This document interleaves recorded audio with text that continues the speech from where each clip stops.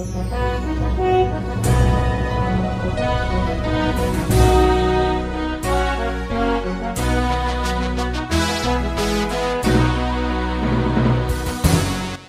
bagi saudara sekalian, marilah kita siapkan hati dan pikiran kita untuk mendengarkan firman Tuhan.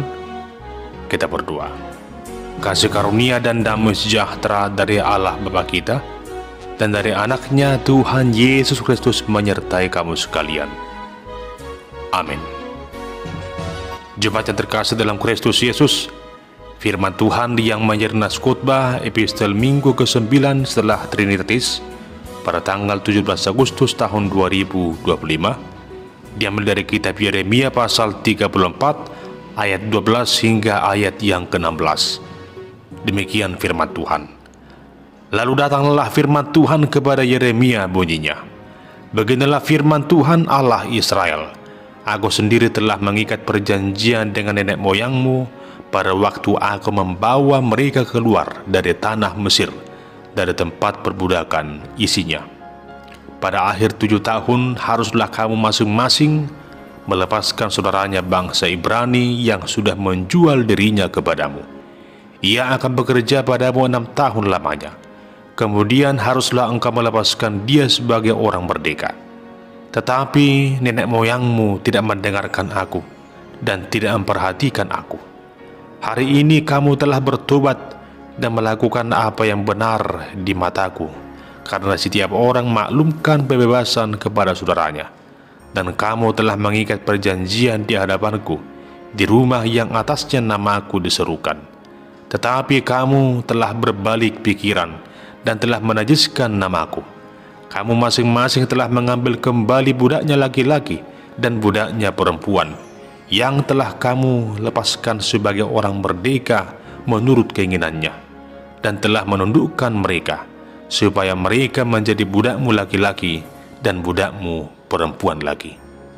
Demikian pembacaan firman Tuhan. Jemaat yang dikasihi Kristus, firman Tuhan yang menjadi epistel dalam ibadah minggu hari ini bertepatan pada perayaan kemerdekaan negara kita yang ke-80. Sungguh merupakan suatu sukacita bagi kita dapat menjalani kehidupan yang merdeka.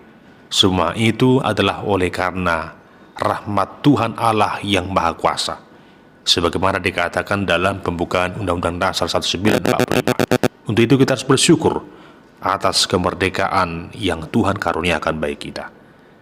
Dan sesuai dengan topik minggu hari ini, kita dituntun supaya menjadi pribadi yang bersyukur atas kemerdekaan.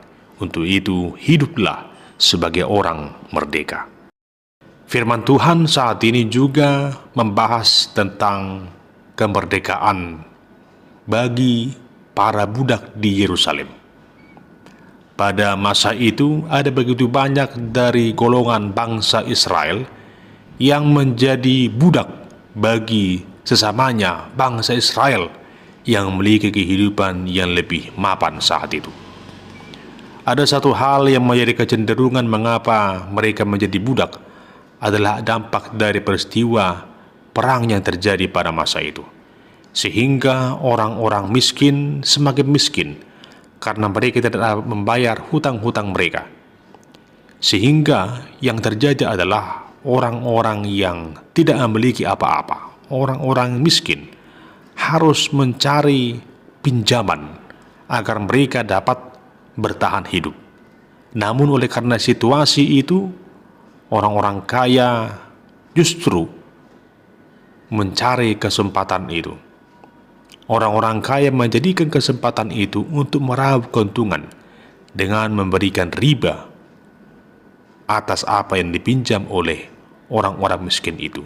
Dan akibatnya, orang-orang yang telah berhutang itu tidak dapat membayar hutangnya akibat dari riba bunga yang sangat tinggi. Sebagai solusi yang terakhir adalah mereka merelakan dirinya diperbudak oleh orang yang memintangi mereka saat itu. Sehingga muncullah situasi perbudakan di tengah-tengah kehidupan bangsa Israel saat itu.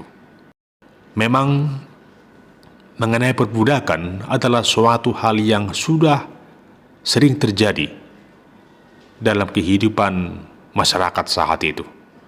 Namun firman Tuhan telah disampaikan sejak dari peristiwa pembebasan bangsa Israel dari Mesir lewat Musa, adanya tahun pembebasan, terutama pada tahun Yobel, di mana setiap budak harus dibebaskan. Tetapi hal itu di kemudian hari telah dilupakan oleh bangsa Israel.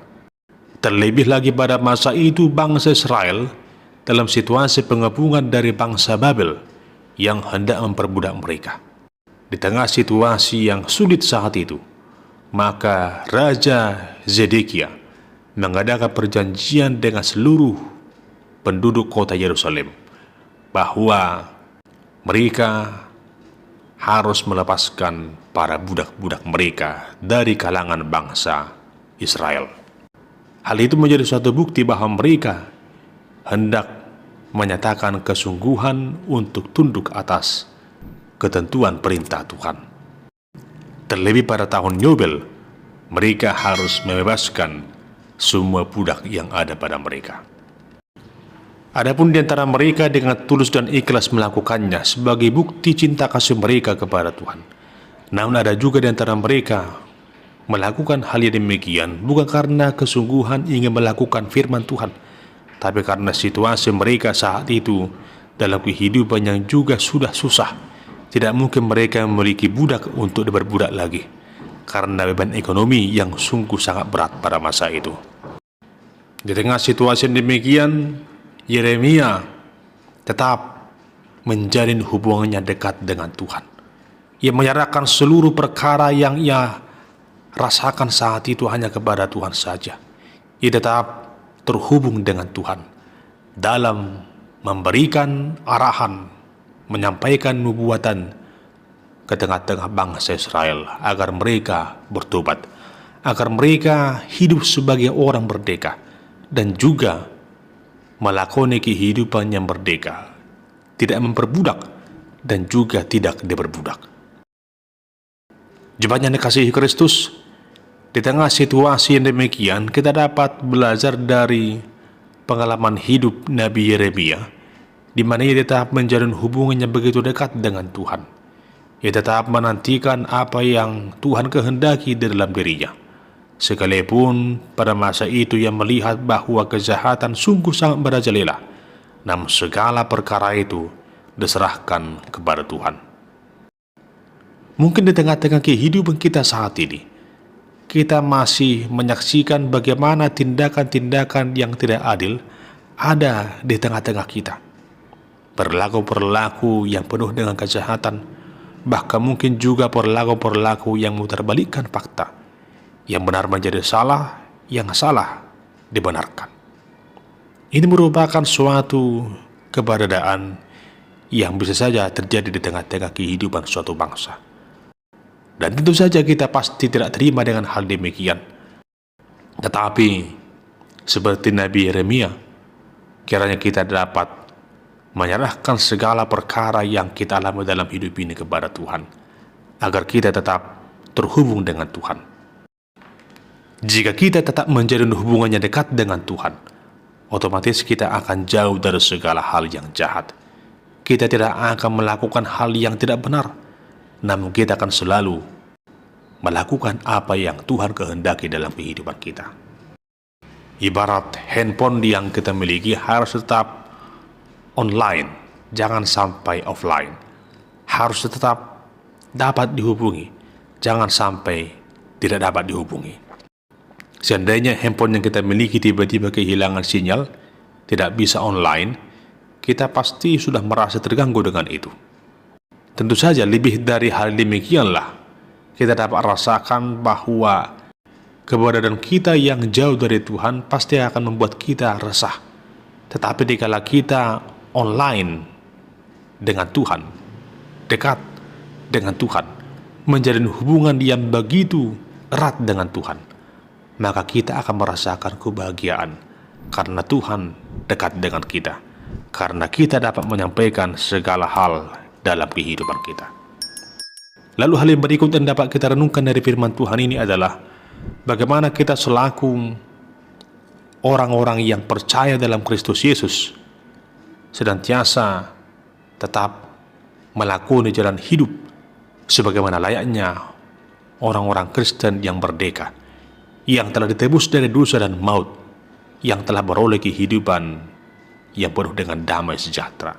Untuk itu, jika kita melihat ada begitu banyak orang yang jahat, ada orang yang tidak berlaku adil, dan mungkin saja hidup mereka begitu nyaman dan sepertinya begitu mapan hidupnya, tetapi jangan pernah cemburu dengan itu.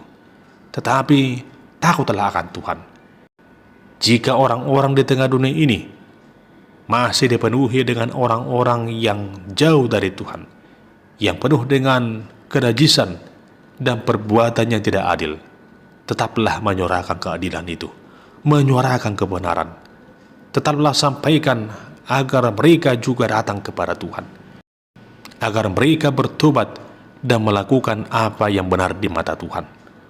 Selanjutnya, jemaat yang dikasihi Tuhan, selaku umat kepunyaan Tuhan yang hidup dalam situasi kehidupan bangsa yang merdeka, tentunya kita harus memikirkan dan mengupayakan hal apakah yang dapat kita lakukan di tengah-tengah negara ini, di tengah-tengah kehidupan kita selaku warga negara yang baik, untuk menciptakan dan mewujudkan kehidupan yang penuh dengan damai sejahtera, kehidupan sebagaimana layaknya kita adalah orang yang merdeka, agar kita selalu merajut hubungan yang baik dengan sesama, agar kita selalu menghidupi sikap yang toleran dengan semua orang, agar kita selalu menghargai antara yang satu dengan yang lain, agar kita juga selalu menjunjung tinggi keadilan, hukum, dan segala yang dikehendaki Allah di tengah-tengah negara ini lewat para pemerintah kita.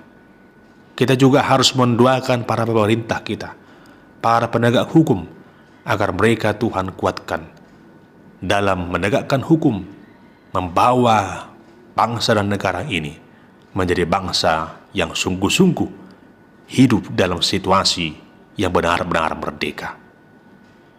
Agar jangan lagi ada orang seperti dalam situasi kehidupan bangsa Israel pada masa itu, yang ingkar janji di hadapan Tuhan.